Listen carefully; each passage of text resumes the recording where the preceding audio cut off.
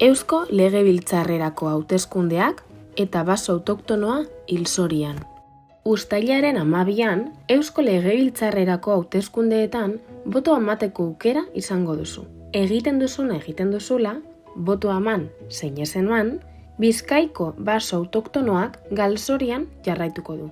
Horixe erakusten digu azken hamarkadetan egin den baso politikak. Politika horrek, batetik, landaketak ugaritzea ekarri du, eta bestetik, ez du behar adinako ardurarik hartu gure baso autoktonoa galdu ez dadin. Eta ondorioa, begi bistan daukagu. Bizkaiko lurraldearen ia erdia, eukalipto eta pinu landaketek hartzen dute. Hau da, 100.000 hektarea baino gehiago, eukaliptos eta pinuz josita daude. Egoera horretara heldu gara, politikarien esku dagoelako baso politika, eta ez zientzialarien, biologoen edo ingurumen adituen esku. Bizkaiak lozorrotik hitzartu, informatu eta konpromisoa hartu beharra du.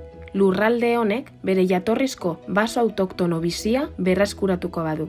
Zuk botoa eman zein ez eman, Bizkaiak Hilzorian jarraituko du. Bizkaia, esnatu, nik zure baso biziaren alde bozkatuko dut.